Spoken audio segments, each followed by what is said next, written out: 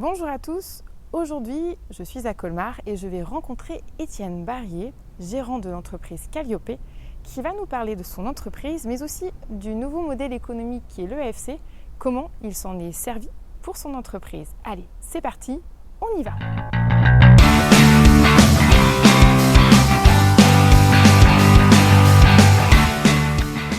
Bonjour Étienne. Bonjour Angélique. Merci de m'accueillir aujourd'hui au sein de ton entreprise à Colmar, l'entreprise Calliope. Je viens effectivement t'interviewer sur ce nouveau modèle économique qui est l'EFC, que tu as découvert et que tu utilises en fait pour ton activité. Oui. J'aimerais que tu te présentes auprès de nos internautes, que tu nous dises qui tu es. Je m'appelle Étienne Barrier, j'ai 49 ans, je suis marié, j'ai 2 enfants, 2 filles de 21 et 19 ans. J'ai travaillé pendant une bonne vingtaine d'années en tant que salarié dans une entreprise, enfin dans des entreprises même, des petites entreprises, des grands groupes, cotés, non cotés. J'ai eu une expérience assez riche là-dessus. Et il y a maintenant une dizaine d'années, j'ai décidé de devenir chef d'entreprise, de racheter une entreprise dans un premier temps. Une entreprise que j'ai tenue pendant 7 ans et que malheureusement j'ai été contraint de fermer. Et ensuite j'ai redémarré une activité qui s'appelle Calliope, donc qui a redémarré depuis 2018, donc 3 ans maintenant. On va commencer effectivement, merci de t'être présenté. On va continuer l'entretien en parlant effectivement de ton regard, toi en tant qu'homme, sur ce modèle de société, ce modèle économique que nous avons. Quel est-il? Quel regard tu portes sur ce modèle? Qu'est-ce que tu trouves de bien, pas bien? Qu'est-ce qui te choque? Ou à l'inverse, pas du tout? Ce que tu trouves acceptable? Effectivement, alors on est dans une société qui, à mes yeux, aujourd'hui est quand même pas mal. On peut se voir aujourd'hui, on est libre, on est en bonne santé. J'ai eu des petits pépins de santé qui m'ont fait réfléchir, parce que j'en ai parlé à mon médecin et qui m'a dit si vous étiez dans la brousse, monsieur Barrier, vous seriez mort, embolie pulmonaire. D'accord, ok. Donc ça fait quand même un petit peu réfléchir et je me dis que la société dans laquelle on vit nous apporte quand même des choses très intéressantes. Très intéressante pour nos enfants, très intéressante pour nos parents, très intéressante pour nous, en termes de santé, en termes de sécurité. Et je crois que si on reprend les besoins de Maslow, en fait, on a largement rempli les premières étapes. Après, il y a, à mes yeux, des vrais dangers, des vraies dérives. On est quand même dans un système aujourd'hui qui n'est pas durable. On tire très largement trop, en fait, je dirais, sur la corde, la corde des ressources. Et tant que c'est disponible, en fait, on prend. Et ça, c'est un problème. On est quand même très probablement en train de dérégler le climat. C'est pas un très gros problème pour la Terre à mes yeux. La Terre s'en remettra, elle s'en est remise. C'est un problème pour nous, pour notre civilisation, pour nos enfants, et finalement, quel avenir on veut réserver à nos enfants. Et ça, je me dis qu'on se doit de faire notre part là-dedans. Et le vrai challenge pour moi, c'est de se dire comment est-ce qu'on fait pour garder ce qui est bien, ce qui fait qu'aujourd'hui, quand on ne meurt pas à 50 ans, quand on part en retraite, on a encore des belles années devant nous, en bonne santé. Il n'y a plus de mortalité infantile, ou quasiment plus de mortalité infantile. Comment on fait même pour faire en sorte que ce qui est bien dans nos sociétés occidentales puisse être bien pour l'ensemble de la population mondiale. Je crois que tout le monde y a droit. On a la chance d'être né en France, d'être né en Occident. Je pense que tout le monde y a droit. Donc comment on fait en fait pour garder ce qui est bien en gardant ce qui est bien aussi, c'est-à-dire qu'on a encore une terre qui est habitable et on n'est pas dans Mad Max en fait. Et donc il y a de l'énergie encore de disponible, il y a un climat qui est encore viable, vivable aussi. Donc comment est-ce qu'on fait pour concilier tout ça? Je ne crois pas au grand soir. On fait table rase du passé, etc. Je crois beaucoup plus à l'évolution et à l'acceptation aussi par la société en fait, des changements qui seront inéluctables. Ça par contre c'est clair. On ne vivra pas comme on a vécu avant, mais comme aujourd'hui n'est pas comme il y a 20 ans. Dans 20 ans ce ne sera pas comme aujourd'hui, il y aura eu des efforts à faire. Voilà, ça c'est ma profonde conviction qu'on est dans un système qui est capitaliste, Ben ouais, ok, les biens appartiennent à des gens privés. What else? Je ne vois pas où est le problème dans le fait que les biens appartiennent à des privés. Dans un système qui est libéral, j'adore la liberté, donc surtout qu'on ne me mette surtout pas dans un système dirigiste. Je pense que le libéralisme est plutôt pas mal. On est dans un système qui est mondialisé. Il y a des vrais avantages à la mondialisation. Il y a des échanges, il y a de l'enrichissement, etc. Je pense qu'il ne faut pas donc, à mes yeux, tout balayer, mais il faut se dire qu'est-ce qui là-dedans nous pose vraiment problème, Ouais. et comment est-ce qu'on fait pour corriger ce qui pose problème. Selon moi, ce qui pose le plus de problèmes, c'est le productivisme. C'est ce qui a été vertueux et ce qui nous a permis d'avoir cette croissance et d'avoir ce niveau de confort et de sécurité qu'on a aujourd'hui, qui a été de rentrer dans de la productivité, qui rend les biens accessibles et qui permet aux gens de s'enrichir. Mais quand c'est la seule façon finalement de s'enrichir, on se rend compte de tous les effets pervers. C'est que cette productivité, quand on a tout ce qu'il faut, on a des belles chaises aujourd'hui, on est habillé, on est en sécurité, on a les moyens techniques pour se faire filmer. Il y a un moment, on va pas changer de chaise tous les 2 ans, on ne va pas changer d'habit plus qu'il n'en faut, etc. Parce que tout ça, ça tape en fait sur les ressources. Donc fondamentalement, comment est-ce qu'on arrive à sortir de cette génération de richesse qui aujourd'hui est liée à de l'utilisation des ressources finies, l'énergie, les matières premières, etc. Comment on arrive à sortir de ce cercle qui était un cercle vertueux, le productivisme à ses débuts, et qui devient un cercle vicieux. Et si en plus de ça on se rend compte, et ça a été moi le cas professionnellement, que ce cercle productiviste nous amène à toujours baisser nos marges et finalement nous amène à moins de création de richesse pour encore plus d'utilisation des ressources, là on voit qu'on marche vraiment sur la tête. Et donc s'il y a quelque chose à vraiment remodifier ou changer, et là pour le coup à réinventer, à révolutionner, c'est bien à mes yeux le productivisme, et c'est là-dessus en fait que je travaille. On va passer effectivement à ton regard justement maintenant sur ces limites du modèle dont tu parles maintenant à ton activité. Nous raconter effectivement ce que tu as vécu avec Calliope, enfin en tout cas avant, les limites que tu as pu observer avant la création de Calliope. Que tu puisses nous parler de tout ça au niveau de ton activité à toi, en tant que chef d'entreprise. Alors, dans mon ancienne activité, j'avais une entreprise d'électricité industrielle. Grosso modo, notre job, c'était que le client nous disait ce qu'il voulait, et nous, on le faisait, on essayait de le faire bien. Notre différenciation par rapport aux concurrents, elle était somme toute faible. Il fallait qu'on soit mieux organisé, il fallait qu'on achète mieux, et peut-être qu'on soit un petit peu moins gourmand sur nos marges. La différenciation était compliquée. Donc ça, déjà, ça incite en fait à devoir en permanence chercher des nouveaux clients, à devoir chercher du volume, à devoir, plus que susciter le besoin, quasiment créer le besoin.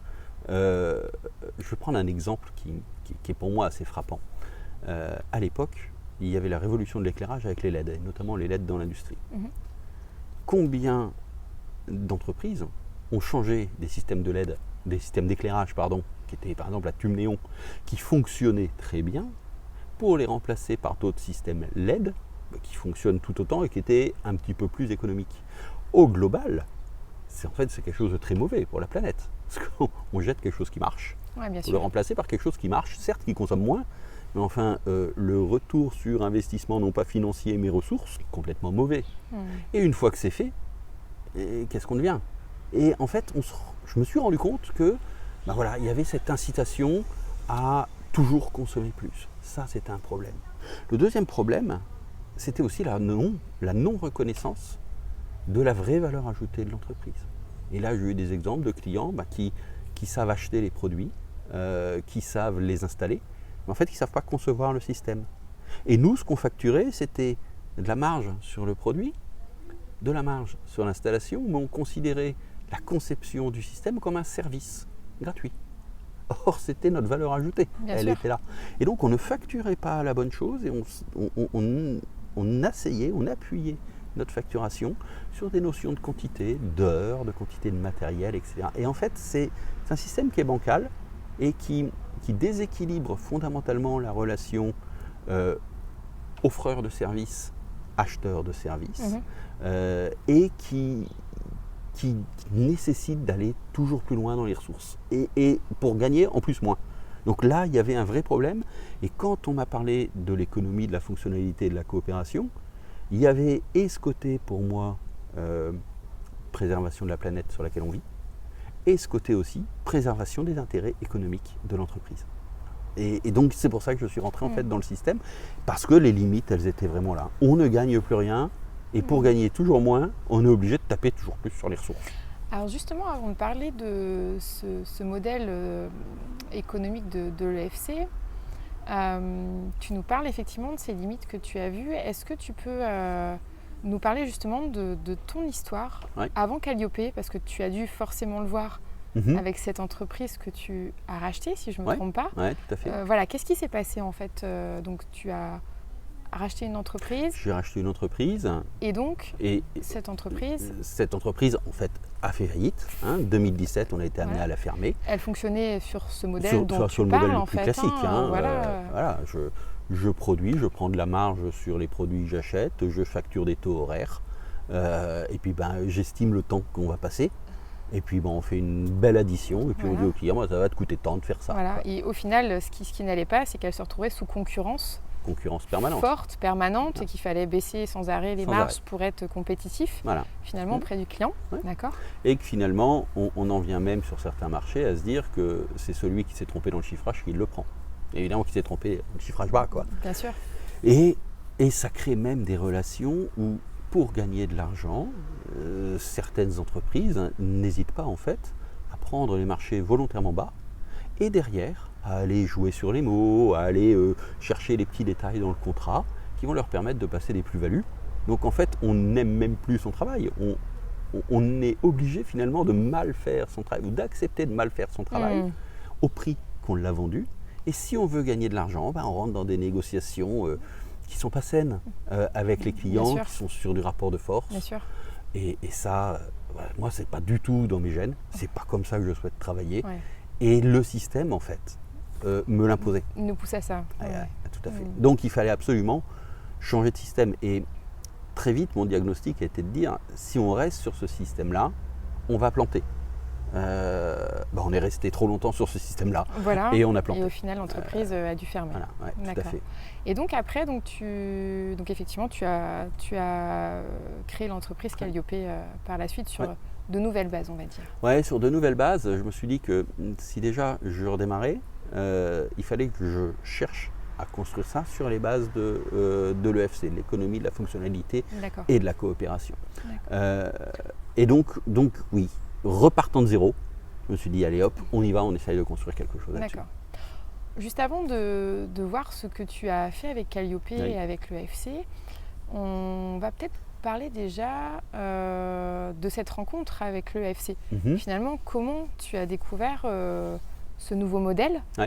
Quelle expérience en fait ? Par qui ? Quel événement ? Alors j'étais à l'époque membre du CJD, du Centre des jeunes dirigeants d'entreprise, qui travaille beaucoup sur les nouveaux modèles économiques. Des modèles économiques, je dirais, plus vertueux, plus durables. C'est ce qu'on appelle au CJD la performance globale. Dans le cadre des nouveaux modèles économiques, on a été amené à rencontrer Athémis, qui nous a parlé de l'économie, de la fonctionnalité et de la coopération. Il faut que les choses infusent, il faut que ça mûrisse. Du temps, ça mûrisse. Voilà. Et à un moment, Initiative Durable, qui s'appelait à l'époque Idée Alsace, souhaitait lancer l'EFC, l'économie de la fonctionnalité et de la coopération, sur l'Alsace. Il s'avère que moi j'étais président de la section de Strasbourg du CJD, et j'avais déjà quelques contacts avec Idée Alsace, et donc on a décidé finalement d'associer le CJD à Idée Alsace pour pouvoir faire cette promotion de l'accompagnement vers l'EFC. Ce qui n'est pas une formation, je pense que tu en as déjà parlé dans d'autres éléments. Une formation, on sait ce qu'on va avoir. Là, dans l'EFC, on va cheminer ensemble. Et on ne sait pas en fait quel va être le résultat. Ce qui est important, c'est vraiment le cheminement qu'on va faire. Et donc, on est rentré, c'était en 2016 de mémoire, premier groupe sur l'Alsace. On est rentré donc dans cette démarche d'EFC, avec Idée Alsace, qui est maintenant Initiative Durable, et Athémis qui nous a accompagnés. Et ça a été un an et demi d'accompagnement. Moi, durant cet accompagnement, il y a eu la fermeture de l'entreprise. Donc ça a été assez compliqué. Et en fait, cet accompagnement, on a tous voulu le continuer. Et donc on continue de se voir, une grande partie du groupe continue de se voir avec les autres ensuite qui ont été formés dans le cadre des clubs EFC, donc les gens qui ont été formés à l'EFC, parce que c'est vraiment une démarche permanente et c'est une réflexion qu'il faut en permanence mener. En fait. Rien n'est jamais acquis. Mais comme toujours dans le business, en fait, aucun modèle économique n'est définitif. L'EFC, c'est pareil. Alors pour le coup, pendant ces 1 an et demi, qu'est-ce que tu t'es dit est-ce que ça a généré pour toi de l'espoir, un espoir effectivement de créer autre chose, quelque chose de plus respectueux effectivement pour la planète, quelque chose qui tu serais plus, avec une plus grande fierté finalement. Qu'est-ce que ça t'a fait intérieurement de finalement découvrir ce concept? Qu'est-ce que tu t'es dit Alors au début, je me suis... Chouette, Ouais. chouette, on va pouvoir faire autrement. On va pouvoir faire autrement. Basiquement, on va pouvoir faire beaucoup plus viable pour l'entreprise. Le leitmotiv au CJD, c'est l'économie au service de l'homme. Si on veut mettre de l'économie au service de l'homme, il faut qu'on crée de la richesse. Donc, hors de question de ne pas en créer. Bien sûr. Donc, il faut que les entreprises soient viables. Et ma première motivation, ça a été quand même de se dire, faisons une entreprise viable qui ne sera pas dans l'économie sociale et solidaire, qui sera dans l'économie standard, normale, entre guillemets, statistiquement normale, l'économie standard, mais qui a quand même des valeurs élevées, de respect de l'environnement, de respect de l'homme, de pouvoir redistribuer de la richesse, mais pour redistribuer de la richesse, il faut l'avoir créée. Bien sûr. Et pour l'avoir créée, il faut trouver un système où cette richesse est valorisée. Ça, c'était vraiment mon premier drive, en fait, ma première motivation. Et quand on a commencé l'accompagnement, d'abord j'ai été très rassuré parce que je ne suis pas tombé sur des révolutionnaires, sur des gens qui veulent casser tout le système économique actuel. On n'a pas d'anticapitalistes, on n'a pas d'altermondialistes, on n'a pas de... C'est pas le débat, enfin en tout cas... Voilà, c'est pas le sujet dans l'EFC.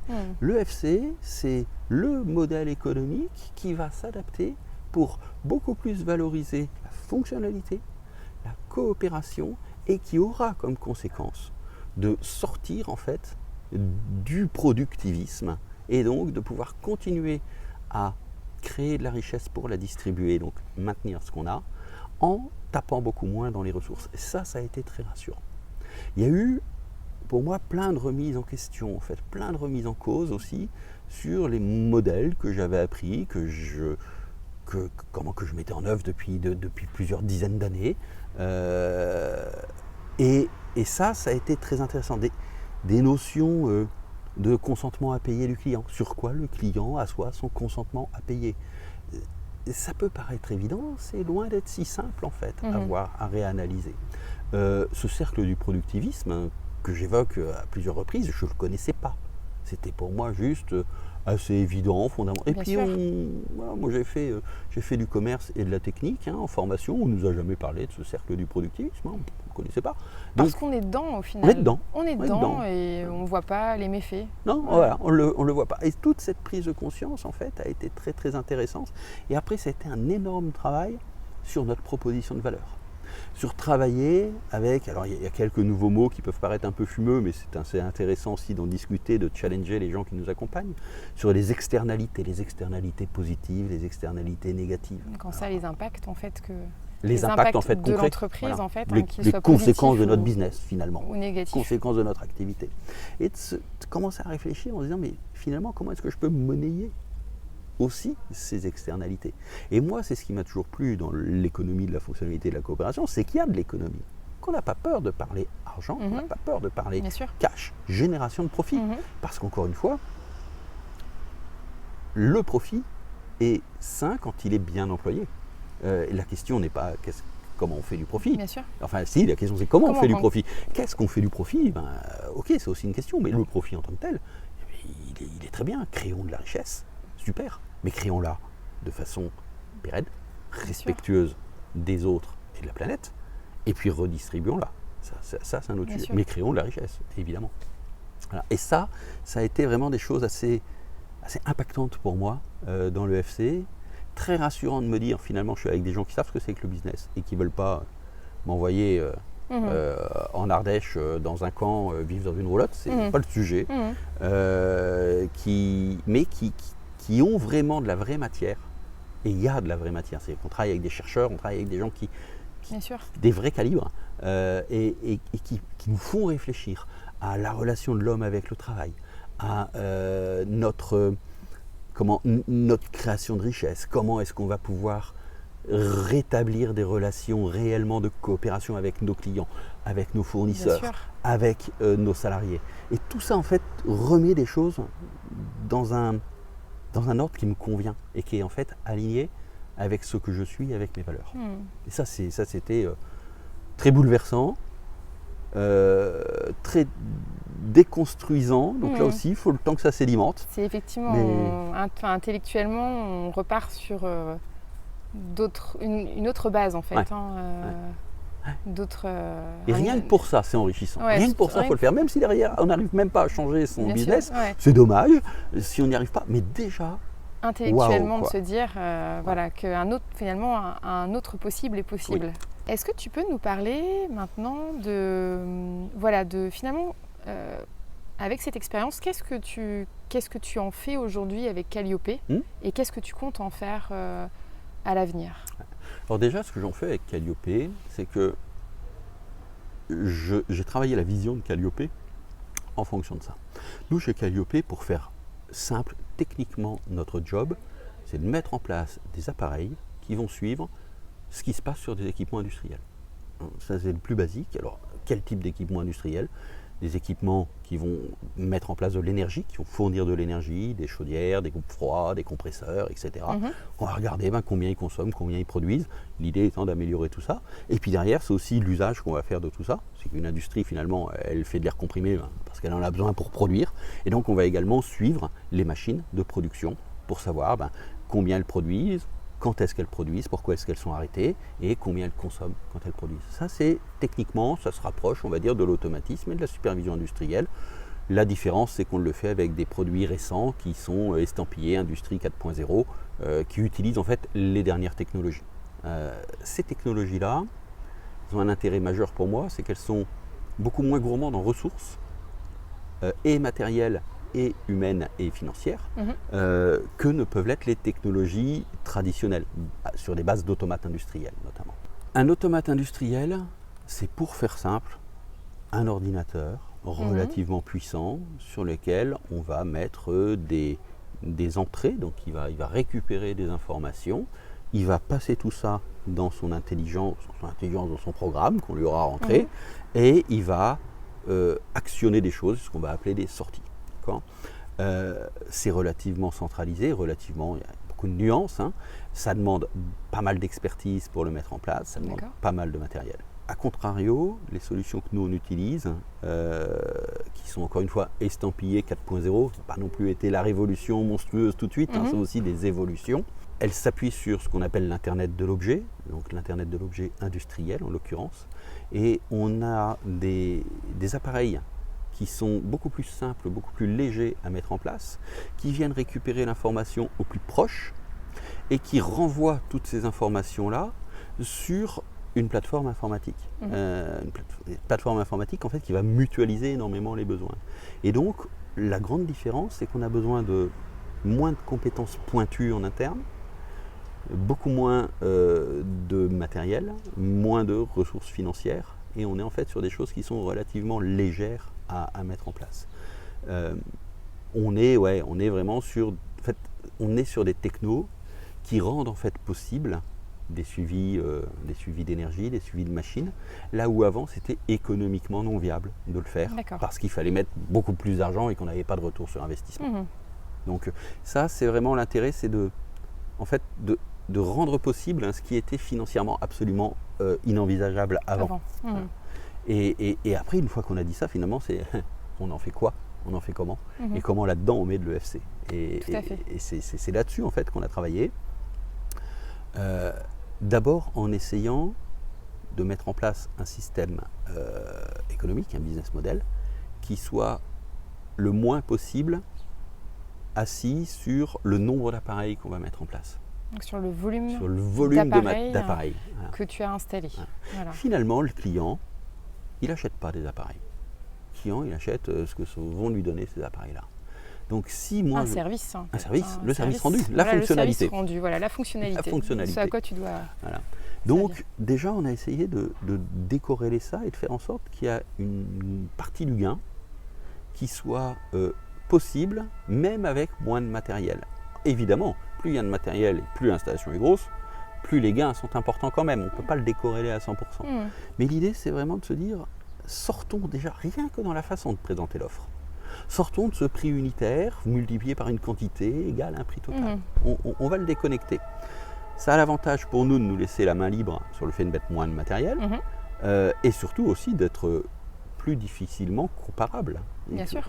Moi, un bordereau de prix, je ne remplis pas de bordereau de prix. Je ne sais pas ce que c'est un bordereau de prix. Il y a un gros paquet, voilà, ça coûte tant de le faire. Parce que le client, encore une fois, n'achète pas une quantité de matériel. Bien sûr.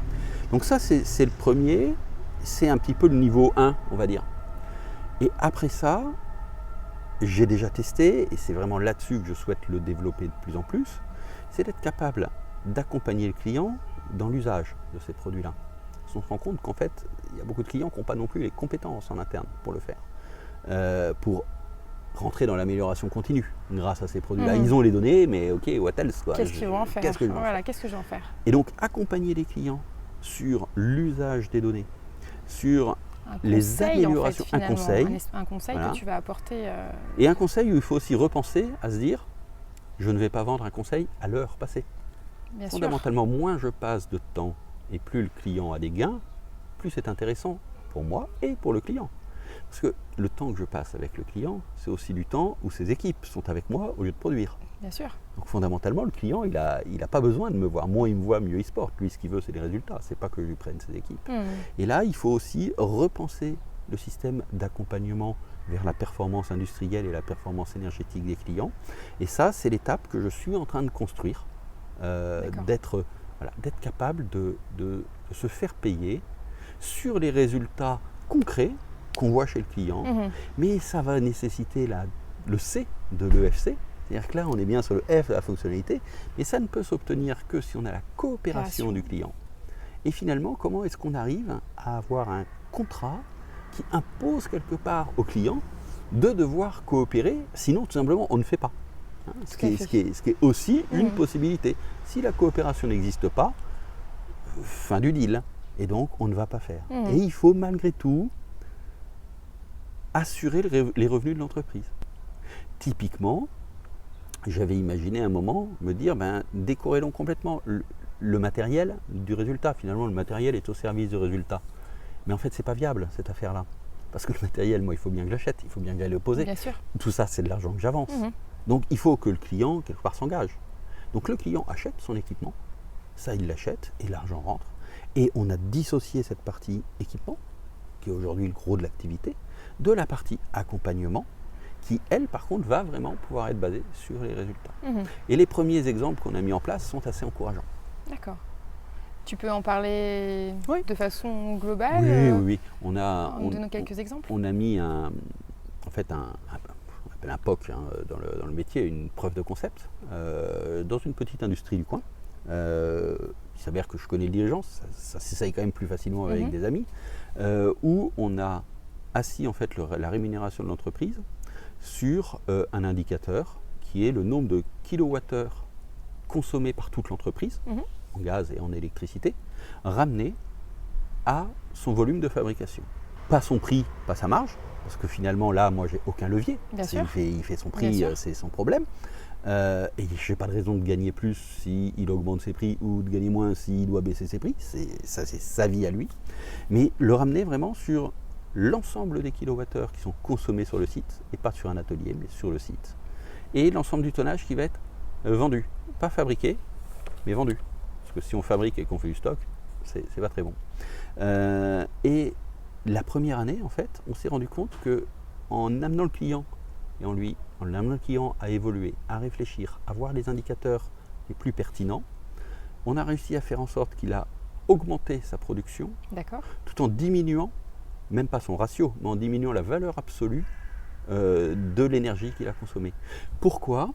On n'a même pas touché au réglage des chaudières ou de l'air comprimé. On a tout simplement fait en sorte que quand les équipements de production consomment de l'énergie, elles fabriquent effectivement de la ressource. Il a pu aussi voir que son organisation industrielle, qui était basée sur 4 jours et demi de travail, n'était pas la bonne. Et il a tout organisé sa production majeure sur 4 jours, par contre 4 longues journées. C'est-à-dire qu'en fait, les gens font la semaine de travail sur 4 jours. Et donc, il a rallongé les équipes. Il y a du management aussi qui doit être mis en place. Ce qui fait qu'en fait, ils ne travaillent plus, ne produisent plus le vendredi sur les ateliers qui sont les plus consommateurs d'énergie. Et là, ça nous a fait tout simplement bondir les ratios. Et pour l'entreprise, pour Calliope en l'occurrence, c'est une belle opération et un bel exemple de ce qui peut être fait. Et finalement, où on est vraiment sur des win-win.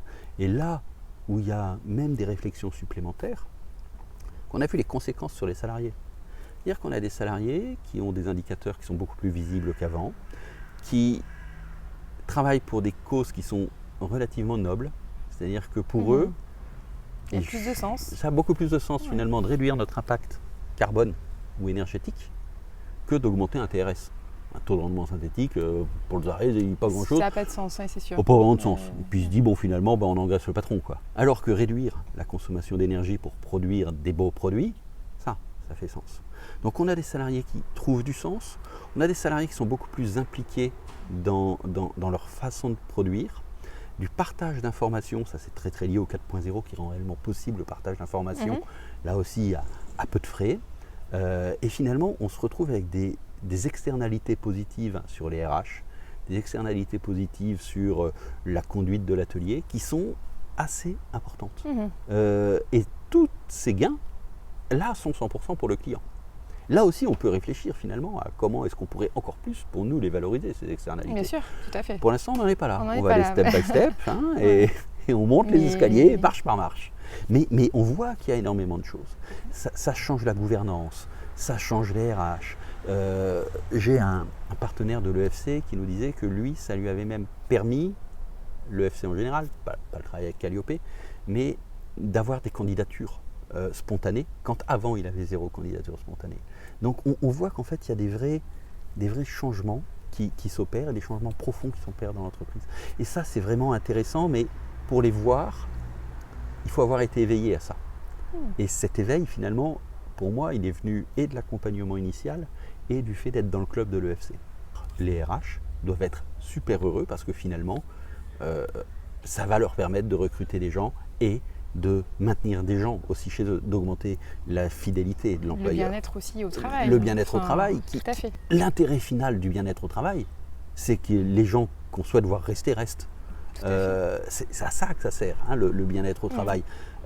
Et que ce soit bien pour faire aussi leur travail pour l'entreprise. Et qu'ils fassent bien leur travail. Voilà. Ils sont plus productifs, ils sont heureux d'être productifs.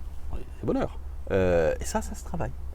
Et ça se travaille pas avec des baby-foot ou des corbeilles de fruits. Bien sûr. C'est bien le baby-foot et la corbeille de fruits, c'est bien, mais enfin, très vite on s'en lasse, quoi. Ça se travaille en donnant du sens et du vrai sens. Et pour quelqu'un qui est à la chaîne toute la journée, le vrai sens, c'est quand même de pouvoir se dire qu'il sert à quelque chose et que finalement, il produit des belles choses en respectant la planète sur laquelle il vit. C'est important. Alors, pas pour tout le monde, il y en a qui s'en fichent complètement, mais ça peut être important et ça peut aider en fait à maintenir les gens. Donc voilà, au niveau RH, je l'ai dit, au niveau financier, il est indispensable que financièrement parlant, il y ait de l'intérêt. Quand on diminue l'impact énergétique et la dépendance énergétique d'une entreprise, le DAF, il peut être que content. Bien sûr. Et je peux t'assurer qu'il le sera encore plus dans 5 ou 10 ans. Parce qu'on sait très bien, même si certains ne veulent pas l'admettre, mais que le pic oil est passé, le pic pétrolier est passé, le pic de gaz d'Europe du Nord qui nous a fourni jusqu'à maintenant est passé. Et là, on commence à se fournir chez des gens super sûrs et super fiables. La Russie, on imagine bien que la Russie, elle va pouvoir fermer les vannes comme elle veut. L'Algérie, qui adore la France, les politiciens algériens adorent la France. Donc si elle décide aussi de plus nous livrer, là en plus en gaz liquide, ça va être fini. On a vu ce que ça fait un porte-container qui bloque le canal de Suez. bah, si vous avez tous vos pétroliers et tous vos transports de gaz qui sont derrière ce bateau qui bloque, ça nous posera des soucis. Et donc on va avoir, aujourd'hui on ne l'a jamais eu, on va avoir des tensions sur l'approvisionnement énergétique. Ceux qui s'en sortiront le mieux seront les gens qui seront sobres en énergie, qu'en auront le moins besoin. Et c'est là que finalement le DAF va être intéressant. Donc ouais, dans la performance enviable, il y a aussi ces éléments-là. Donc c'est vraiment sortir finalement d'une performance qui soit durable, qui va faire plaisir aux responsables HSE ou développement durable, pour que ce soit une performance qui soit globale dans l'entreprise. Et je pense qu'on aura réussi quelque chose quand symboliquement les indicateurs de performance énergétique, donc la quantité produite ramenée au kilowattheure ou le kilowattheure au produit, on s'en fiche, sera dans les points des minutes des équipes au même niveau que le TRS, au même niveau que l'accidentologie. Il y a 20 ans, il y a 30 ans, je ne suis pas sûr qu'on parlait autant que ça des accidents du travail. Bien sûr. C'était un machin de... Voilà. Aujourd'hui, c'est central. C'est central, ouais, bien sûr. Demain, il faut que l'énergie devienne centrale, il faut que notre impact environnemental, la ressource soit centrale. Et c'est moins de gâchis. Alors, et quand on dit moins de gâchis, c'est très bon pour le directeur Indus. Plus il augmente son taux de rendement synthétique, son TRS, ben moins il y a de gâchis. Hein. Le gâchis, il fait chuter ça. Et le gâchis, c'est quoi? C'est de la matière qu'on jette, et c'est de l'énergie qu'on a mis dedans qu'on jette, et c'est de la main-d'œuvre qu'on jette. Bien sûr. Plus ça, on l'élimine, mieux on va. Et c'est là que, pour moi, c'est intéressant, parce que, encore une fois, je me retrouve dans mes fortes convictions que notre société, elle est quand même génératrice d'un bonheur qu'on n'a jamais eu jusqu'à maintenant dans l'histoire de l'humanité, et qu'il ne faut pas tout jeter. Donc, pour moi, ma vision à moi, c'est que le vrai challenge, c'est comment est-ce qu'on garde ce qui est bien, et comment on fait que ce soit durable longtemps. Voilà. Tu m'as parlé au sein de notre première conversation de ce que tu voudrais en faire. Là, tu viens de nous dire ce que tu en fais aujourd'hui, ce que tu testes, mais ta vision de l'avenir pour Calliope. Qu'est-ce que tu veux, jusqu'où tu veux amener Calliope, cette performance finalement de l'entreprise. On n'est plus que sur de la performance industrielle, la performance énergétique, mais on essaye d'aller encore plus loin. Est-ce que tu peux en parler? Oui, alors moi je parle de performance industrielle enviable. Pourquoi enviable? Parce que quand on parle de durable, il y a la moitié de l'entreprise qui a des boutons, tout simplement. Donc en fait, il faut aussi être audible. Une performance, faire de Calliope un partenaire reconnu de la performance industrielle enviable, c'est pour moi la vision, on va dire, l'objectif à atteindre. C'est un peu comme l'arc-en-ciel, dès qu'on s'en rapproche, il va s'éloigner, mais c'est bien, c'est ce qui nous fait avancer. Qu'est-ce que j'entends par performance industrielle enviable? C'est celle, finalement, qui fait plaisir à tout le monde, quel que soit son poste et quel que soit son prisme de regard de l'entreprise. On ne peut pas aujourd'hui opposer le développement durable d'une entreprise avec le DAF, avec l'administratif et le financier. Tout à fait, ouais. On ne peut pas le faire. On ne peut pas le faire. On ne peut pas l'opposer au RH, on ne peut pas l'opposer à la productivité. Et c'est souvent ce qu'on peut ressentir au sein des directions très clair. Développement durable. On va mettre très clair. Moi, quand ma porte d'entrée dans une entreprise, c'est HSE ou développement durable, je sais que j'ai 2 fois plus de travail parce que lui, je vais le convaincre. Et après, il faut que j'aille convaincre la direction industrielle et la direction financière de la pertinence de mon offre. Pourquoi? Parce que on a une tendance, en fait, quand on rentre par le développement durable ou par HSE, à avoir cette étiquette de gentil bobo un peu déconnecté. Et ça, c'est pas normal. Et c'est pour ça que moi, je ne veux plus parler de durable, mais d'enviable. L'idée, c'est vraiment d'être capable d'aborder avec le client à peu près tous les éléments comment on va dire, tous les éléments qui vont constituer sa performance. C'est se rapprocher aussi et c'est d'être capable de travailler avec d'autres partenaires, parce qu'on n'aura pas tout.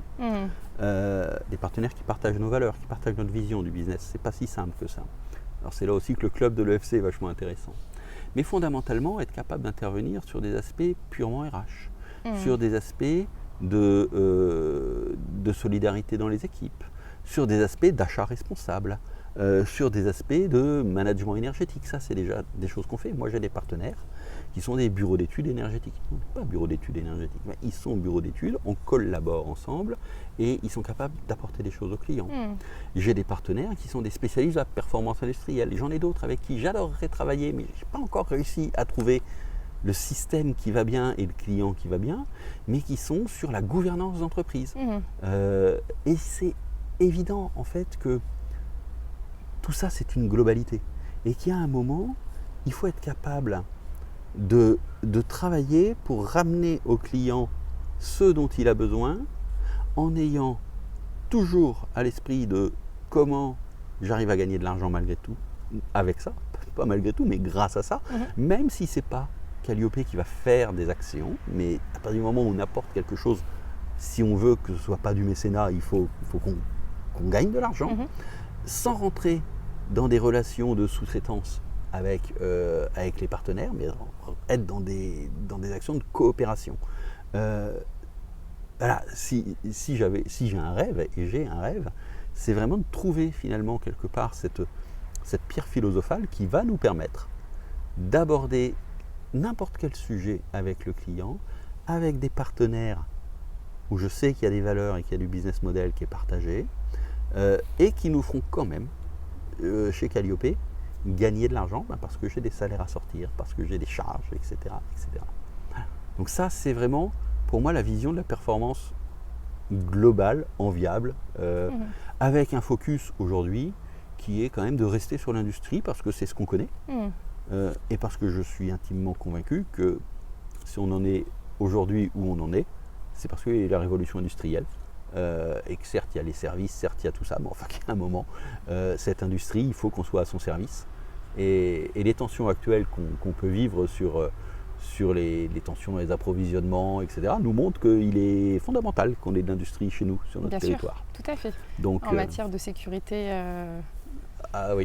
des activités sécurité sur notre territoire. Sécurité des activités, santé, sécurité absolue, approvisionnement de biens. De ne pas avoir tout en Asie, mais d'avoir aussi des industries très clairement en Europe sous notre maîtrise en fait. Et la relocalisation ne passera que par la performance. Ici, on est à côté de l'Allemagne. L'Allemagne est une grosse puissance industrielle. Pourquoi elle est puissance industrielle? Parce qu'elle est très automatisée, elle est très robotisée, elle est très performante. Et au final, ils emploient beaucoup plus de monde dans l'industrie que nous n'en employons. Et les industries françaises sont globalement quand même plutôt en retard par rapport à l'Allemagne là-dessus. Et ça passe par cette amélioration de la performance. Avec le vrai challenge qui est de se dire finalement comment est-ce qu'on fait s'il y a moins de personnes pour que les autres trouvent aussi de l'emploi et pour que la richesse soit partagée par tout le monde. Effectivement, c'est ça le challenge là, de l'industrie, de la robotisation, si on peut dire. C'est d'enlever de l'emploi sur les machines et de relocaliser les personnes à un autre endroit. Un autre endroit pour que les gens puissent s'épanouir dans le travail, parce que le travail est une source d'épanouissement, pour que les gens puissent gagner leur vie, c'est indispensable, et que cet argent soit redistribué sans rentrer ou re-rentrer dans le cercle qui devient vicieux du productivisme. Exactement, c'est-à-dire que l'automatisation doit... Elle doit être au service des gens et on ne doit pas être en permanence en train de se dire il faut que j'en fasse plus, il faut que j'en fasse plus. Alors, il y a des choses qui sont très intéressantes. Moi, j'ai lu récemment un article sur une usine qui fabrique du thé, qui conditionne du thé, et qui a rapatrié sa production en France. Le journaliste semblait être choqué qu'en fait, il y a beaucoup moins de gens qui travaillent en France qu'il y en avait je crois que c'était au Maroc, l'usine était et dans le Maghreb et en Asie. Ah oui, en France, il y a beaucoup moins de gens qui bossent qu'au Maghreb et en Asie. Mais il y a des gens qui bossent en France grâce à ça. Et il y a tous les emplois induits qui vont derrière. Bien sûr. Et pourquoi ils ont pu la rapatrier? Parce qu'ils arrivent à être productifs.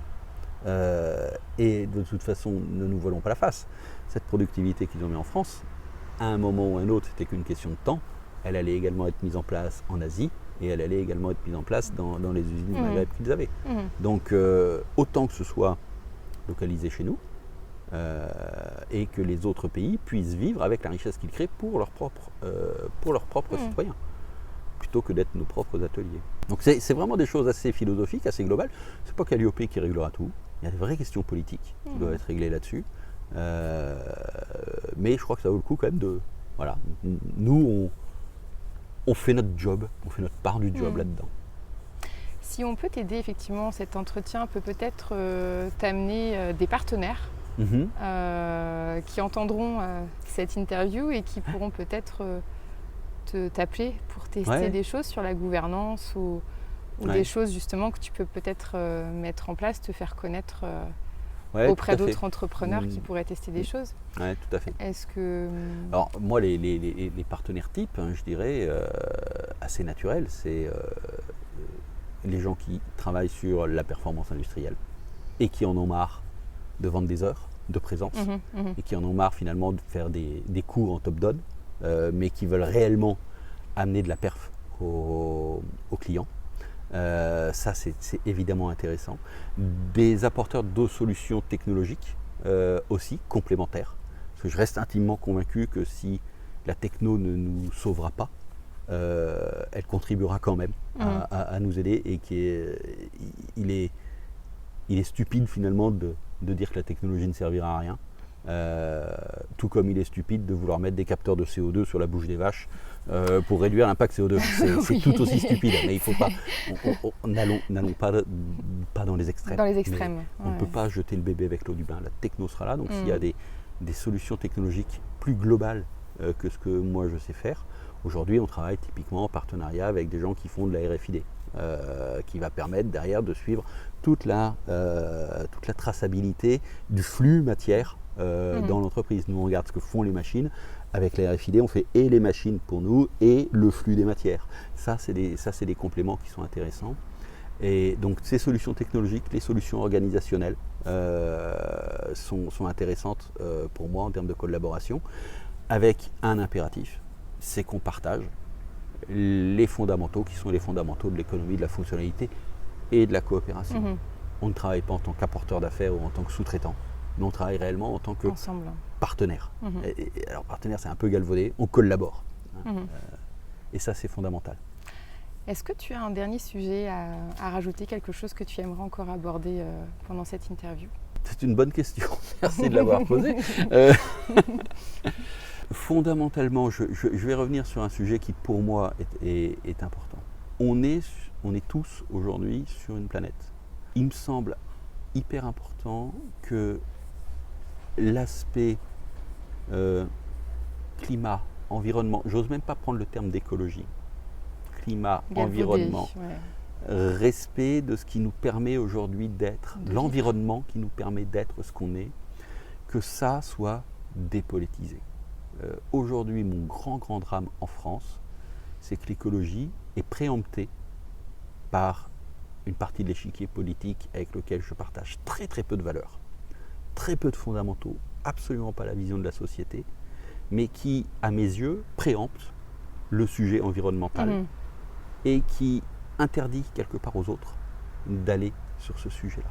C'est-à-dire qu'on est, tu m'excuses, je déborde sur le politique, bien sûr, on est sur le politique, sur l'écologique, sur l'environnemental, aussi radicalisé qu'on peut l'être sur l'aspect sécuritaire ou l'aspect patriotisme. On a laissé la sécurité et le patriotisme à des gens que je ne supporte pas, qui sont plutôt par là, et on laisse l'écologie se faire préempter par des gens que je n'aime pas plus et qui sont plutôt par là, voire qui se recoupent de l'autre côté. Et je pense qu'en fait, c'est des problèmes systémiques qui concernent tout le monde. Tout le monde, tout à fait. Et il est inimaginable aujourd'hui que qui que ce soit dans le monde politique préempte le sujet, préempte ou ne le considère pas comme un bon sujet. Et c'est un petit peu le drame qu'on a aussi avec les réseaux sociaux, c'est que les réseaux sociaux sont une succession de monologues et on retrouve beaucoup plus des oppositions que de la construction. Et ça, voilà, ça c'est un vrai sujet qui me préoccupe beaucoup aujourd'hui. Voilà. On a un peu glissé, on n'est plus dans la performance industrielle, mais ça relève de important. Très grands sujets. Oui, tout à fait. Étienne, merci beaucoup pour le temps que tu m'as consacré. Ouais. Et puis j'espère te revoir dans les prochains mois pour voir ton évolution. On reviendra te faire un petit coucou pour voir comment Calliope a évolué et comment Calliope contribue à l'économie de la fonctionnalité de la coopération. Ok, Merci super. beaucoup. Merci À Angélique. bientôt. Merci, au revoir. Au revoir.